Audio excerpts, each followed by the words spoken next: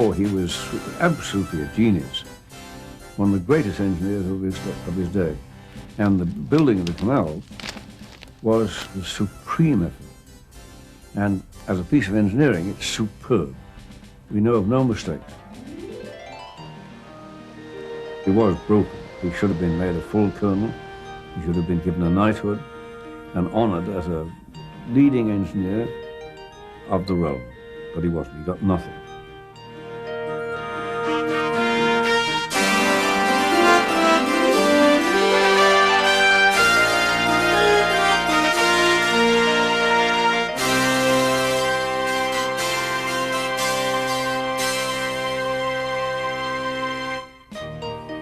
If ever man deserved to be immortalized, it was Lieutenant Colonel John By. He encountered all privations with wonderful patience and good humor, was even too daring in some instances, would run rapids that Indians trembled to look at. He could sleep soundly anywhere and eat anything, even to raw pork. Colonel By exposed himself to every hardship and danger in the execution of his duty, by which his life was several times placed in imminent danger. In April 1826, my husband, Lieutenant Colonel By, Royal Engineers, was sent to Canada by order of His Grace the Duke of Wellington to plan and construct the Rideau Canal in Upper Canada. The route of this canal from the Ottawa River to Kingston lay through an unexplored wilderness where the foot of man had scarcely ever trod. This magnificent work was completed in less than 6 years, whereas everyone said it could not be completed in double that time. Thank you, my dear.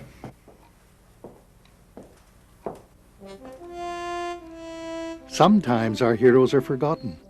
For over 100 years, the founder of the capital of Canada was unsung, his name hardly known, even in the city that he began.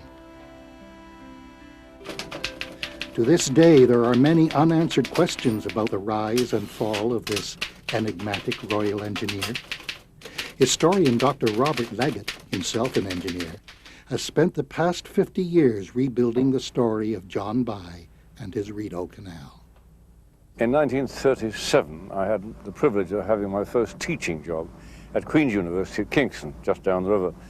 My wife and I wanted to know the area we were living in, and so one Saturday afternoon we rented a rowboat and rowed up the Catawba River, and we came round that corner just down there. And what did I see but this? One little lock. I saw what beautiful masonry it was and knew it was a lock gate at the beginning of a canal. What canal, I didn't know, but that was the beginning of my lifetime study of the Rideau Canal.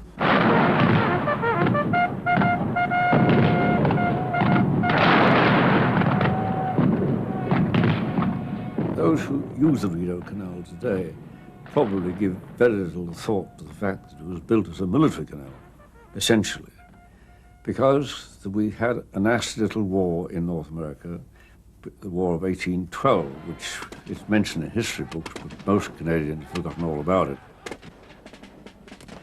The British commanders were very worried in their headquarters at Kingston, which was the great fortress on the lakes, that the United States would ambush the supply line that they had between Montreal and Kingston. In 1826, fear of invasion led to a rapid decision to build the Rideau Canal. Lieutenant Colonel John By, who had served with the Iron Duke of Wellington in the Peninsular Wars, was living comfortably on his country estate in Sussex, England, when he was called from retirement. And he had a very simple set of instructions to come to Canada and build the Rideau Canal as quickly as possible as a military waterway, as part of the defense of British North America against the United States. By's instructions called for a narrow waterway to move troops and supplies quickly and cheaply for a time of war. But his commercial instincts, his father after all had been a waterman on the Thames, led him to lobby for a wider canal for steamboats. So one of his first actions was to write to the authorities in London, the Board of Ordnance, to suggest that the Rideau Canal be built as a steamboat canal without towpaths. He sent one of the most brilliant letters I've ever read, written by any engineer. I have the honour to report that on examining the military defences of Canada, it appears self-evident that by forming a steamboat navigation from the River St. Lawrence to the various lakes would at once deprive the Americans of the means of attacking Canada and would make Great Britain mistress of the trade of that vast population on the borders of the lakes. However, Bye's vision was not shared by the powerful Ordnance Department in London, nor by the Duke of Wellington. It appears to me that Lieutenant Colonel Bye has lost sight entirely of the plan and estimates for the work.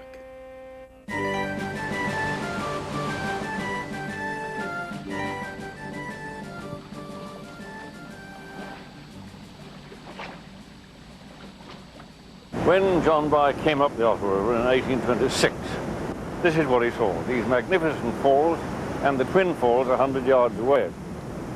He knew they were called the Rideau Falls, the word rideau in French meaning curtain. And when the river is low, they just look like a lace curtain. He also knew that he had to get the canal up that 35 feet somehow into the Rideau River, which is at the top. And so he searched along the riverbank and found Entrance Valley. Entrance Valley was just a gully in the unbroken forest along the Ottawa River. These lands had been purchased by Lord Dalhousie, Governor of the Canadas, in anticipation of the Rideau Canal. These not only contain the site for the headlocks, but they offer a valuable locality for a considerable village or town. So Lord Dalhousie came up in September, and on the 26th of September, 1826, those two men, both men of vision, saw that this was the way to bring the canal up, and that around it would go a construction camp and then a little town. And that was the beginning of Ottawa.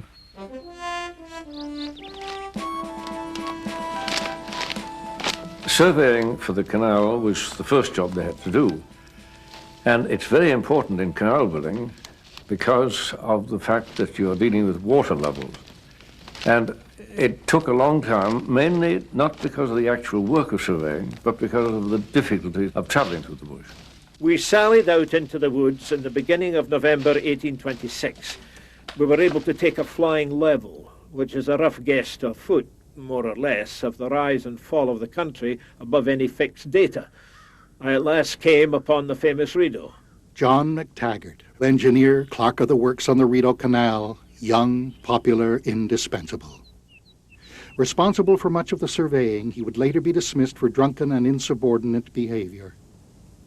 With the surveys finished, the 123-mile canal route from Bytown to Kingston was planned, up 33 locks to the summit in Upper Rideau Lake, then down the Cataraqui River through 14 locks to the St. Lawrence, near the fortress at Kingston.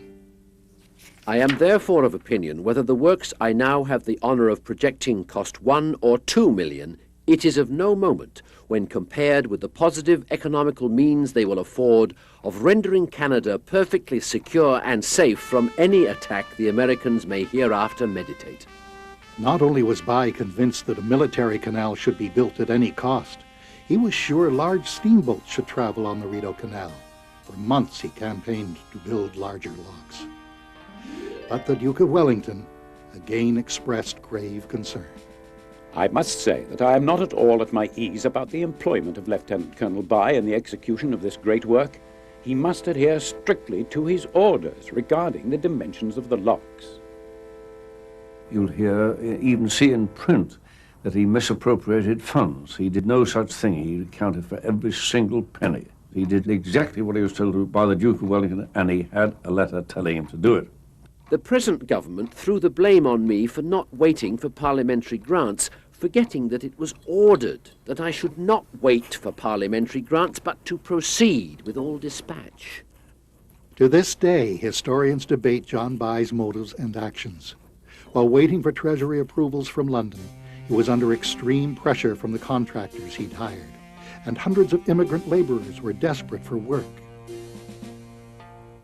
At last, in the summer of 1827, he began construction at several locations along the canal. First, they cleared the ground, felling trees and laying bare the rocks.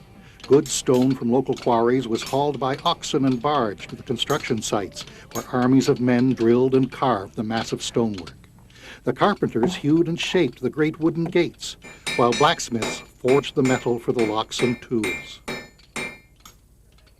It used to take them about a day to drill a hole of hard labor. And when they got it done and they cleaned it out, put in black powder, which was all they had for explosives, and there too there were accidents. I have seen heads, arms, and legs blown in all directions. I once saw a poor man blow a red stick and hold it deliberately to the priming of a large shot he had just charged. He seemed to turn round his face as if to avoid the smoke. Off went the blast. He was killed in a moment.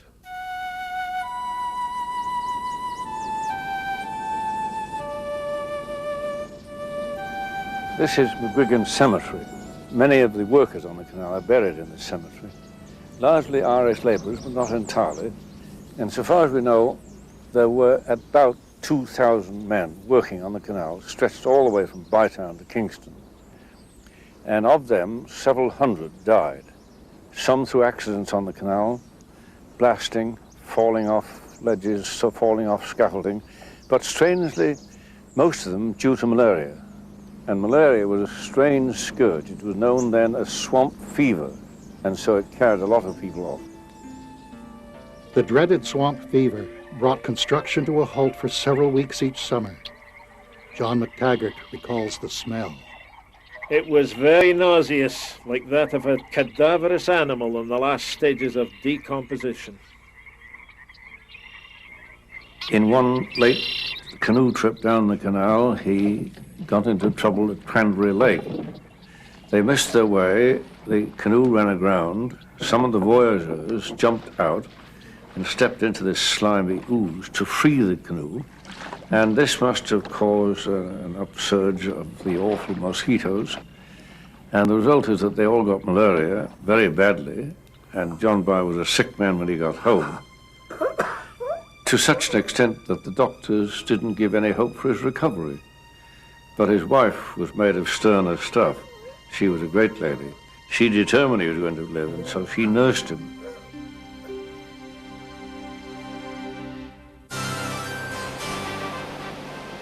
Damming the Rideau at Hogsback was one of By's greatest engineering challenges. When the contractor gave up the job here, By sent in his royal sappers and miners. They pressed on during the winter, unaware the clay they used held frozen water. In the spring thaw of 1829, the dam started leaking, and By was called to the scene. He himself was on the dam with about 40 men when it started to vibrate. And by this time it had leaked so much that there was a channel underneath the upper part of the dam, and he saw what was going to happen, told the men to get off, and I think he was the last man off before the whole thing collapsed and went down the river. A tragedy. Sir, on Friday morning, the dam at Hogsback gave way, and in a few minutes about 1/3 was destroyed. Fortunately, no lives were lost, nor any damage done to the surrounding country. The failure at Hogsback brought a barrage of criticism, which greatly affected John By's health. When advised by a superior to make impervious dams in future, By's response suggests he did not find this advice particularly helpful. I feel much obliged to Your Excellency's calling my attention to the necessity of constructing the dams perfectly impervious to water, and I beg to state on that principle I have acted from the commencement of the work. While it was being built, John By was very conscious of the threat of invasion from the United States and kept warning his superiors that this was a possibility. And so he recommended that there be a blockhouse here and at 3 other locations. One of the most remarkable features of the building of the canal is that it was built in 4 working seasons. This was good planning, good organization, and good hard work. Someone really should sit down and calculate the amount of man-hours that went into the building of this canal. It would be a staggering figure.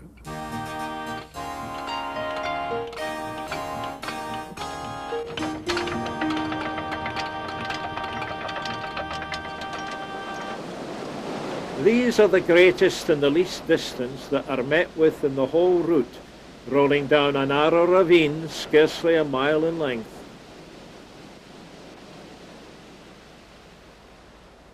This is John By's masterpiece, the Jones Falls Arch Dam, located at Jones Falls, which is 25 miles up the canal from Kingston.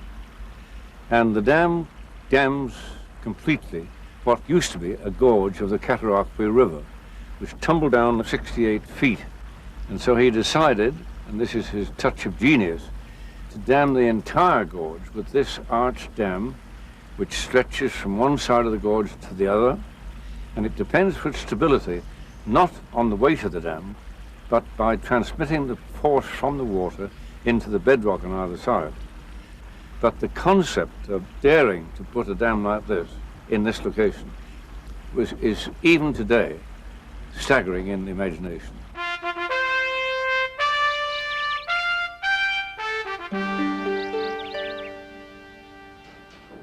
Now here at the Narrows Lock, the genius of John By is shown at its best, because there was really no need for a lock here in the normal sense. But when he came to excavate the channel through the isthmus at Newborough, he thought it was going to be in soil. When they started work, they found it wasn't. It was in solid rock. So he decided to put a lock here, which he could on the gravel base, and raise the water level in this part of the lake by 3 feet. And that cut down the excavation by probably at least a year and saved untold man-hours of hard, grueling labor. And I've stood at that lock and heard yachtsmen go through damming and blasting about stupid engineers who designed a silly little lock like this with just a lift of 3 feet, not realizing that they're looking at a work of true genius.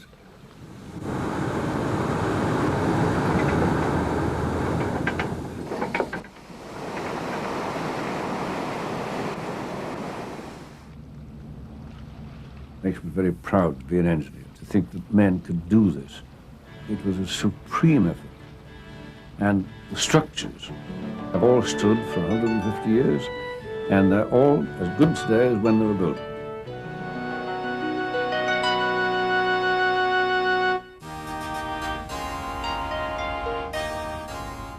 I often wish that John By could come back and see the canal, because today it is the only canal in North America that is still being used as it was when it was built.